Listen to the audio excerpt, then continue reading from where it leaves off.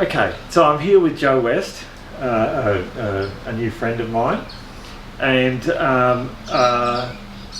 Joe's recently started her journey on transitioning, which we'll probably look in depth in another interview. But today, I just wanted to talk about transcendence. So, how did you hear about transcendence?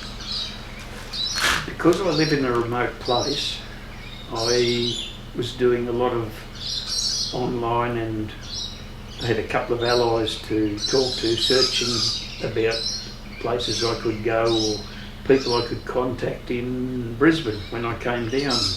And I just accidentally tripped over it, to be honest, and sent them an email, and they got back in touch with me, and it sort of all rolled on from there. So those friends, was that like Beyond Blue, or was that like some of the forums you were on, or My allies, you mean? Yes, yeah. No, it was. Oh yeah, probably was actually. Beyond Blue would have been. I got a list because I put a post up on the one of the threads in Beyond Blue in the LGBTIQ section about. I live in a remote area, and I don't know anyone, and fairly alone, so I actually wanted to make contact with, if anybody had any ideas about making contact with people. And possibly it might have been Q Life that told me to ring them, because I rang places like Q Life and sent emails to, I think, Seahorse, and there's another one I can't remember the name of, and a few others. And some sort of got back to me, and being COVID time it was then, that the responses were fairly slow, and a lot of people had shut down and stopped having group meetings, because that's originally what I was looking at, because I desperately wanted to meet someone and that was trans and you know, like myself, but way further into the journey and just talk. Yep. So can you tell us about your experience there? Like, so you're in this group setting, Yeah, I was terrified. Sort of. Because I got there early in the afternoon and didn't start till 6:30 or 6 o'clock, whatever. But, and I came down from Toowoomba that day, and I was there about 2:30. And I was parked fairly close to the place, and 70 or 80 metre walk. And after I worked out how to use the parking meter, it took a while. I then went up and because Vicky, the girl who organises it, had rung me, and I was on my way in through Mount Crosby then when she rang me, and she said, well, come up when you get here and find a spot and we'll have a coffee, which we did. So that was sort of good, because I got to meet her face to face. I'd met her once on Zoom, but the Zoom didn't work very well. Our internet's not real good out there, and I lost the picture part fairly early in the piece. So I had a chat to Vicky, and then when I got there, and I was excited but intimidated at the same time, I guess, is probably fairly normal, because this really was my first, or nearly first, contact with trans people, and I really didn't know what to expect. So yeah, I was, and then because we sat in a circle as you do in the room, there was, I don't know, 16, maybe 18 people there, and we all had to tell our story as you do at the beginning of a meeting when it's first starting the group, because it's going to be ongoing, and every last Tuesday in the month, and I just happened to be the first one to have to talk, and usually I sort of stay in the background and I'm fairly quiet, so I was a bit anxious about that, I suppose, but it went well, and everybody had their say, and I think everybody probably felt the same as I did anyway, or most of them. And there was one lady there that there was a couple of ladies, but that looked like they were probably a long way down the track, and a fair part of the journey, and they were very confident, but the rest of us were not stumbling, but you know, we were a bit more reserved. Yeah, a bit more reserved. Yeah. That's good. So any advice to someone watching this, who's starting a transitioning journey? Like any advice, or maybe advice to a younger version of yourself, even, like. Yeah.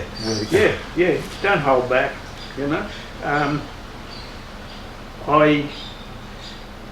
Our first meeting was supposed to be a month ago, and this one we just had was just a week ago.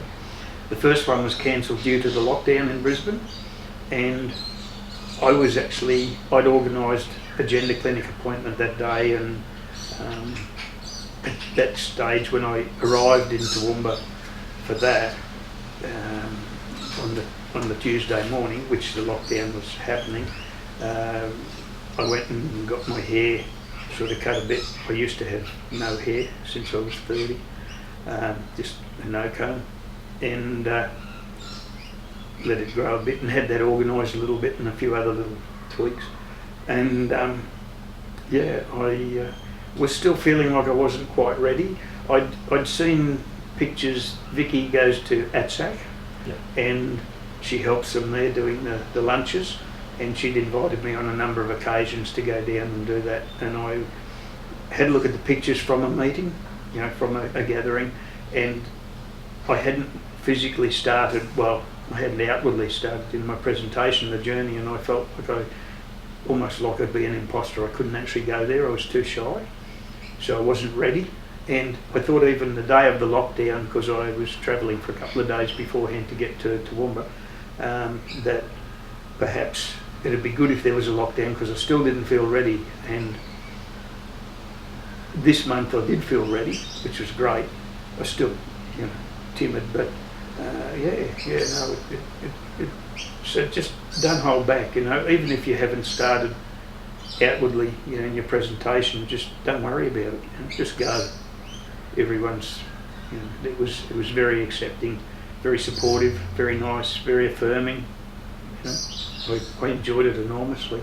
Yeah. And it'd be really interesting to see where it all goes, from here, because we're going to meet. I don't know how many meetings they have as in one group, and I'm sure by the end of the group we'll have a few friends that hopefully will last a long time from them.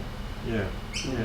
So there's one final question that I had is, you have to introduce your little buddy there. My friend. Yeah. Her name's Taffy, and she'll be 12 in June. Yeah. And she's my constant companion. We were apart 28 days in 2018 when I had my new hip. I had a hip replacement, and that's the longest we've ever been apart.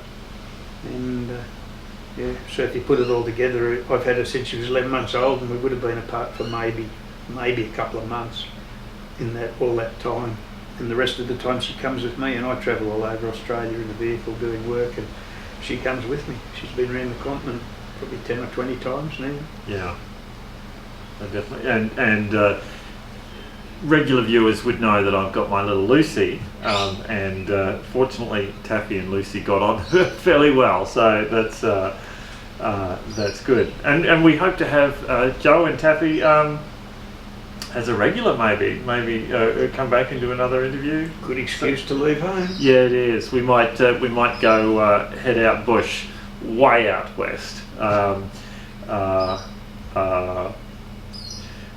I say? No, I'm not going to use that phrase. We're hoping to possibly get this monetized. So, but yeah, a long way west. So, where would you go? Would you call it Central West, or is it Far West, or is it? It's not Far West. No, it's a bit beyond Central West. It's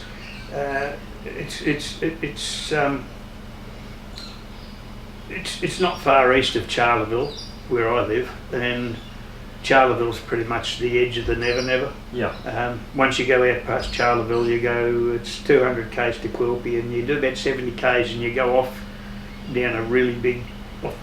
It looks like it's flat, but it's actually a drop down off a sort of, I don't know if it's a range, but it's you go down onto the Plains country, the Cooper Basin, and once you're in the Cooper Basin, that's out west. That's out back. Okay. It's still a long way relative to, I'll just nip up to the shops. But yeah, So some of the links that some of the organisations that Joe spoke about, I'll put in the description below. There's some really good organisations there, like Beyond Blue and You got Lifeline. They've got pretty good forums there, but I've just attached myself to Beyond Blue and I'm there. Yeah. So if any of you want to know anything else, I would go. There's a Transcendent Rainbow Cafe. Go and have a look in there. That's in the LGBTIQ section, and probably about the last 7 pages of it now.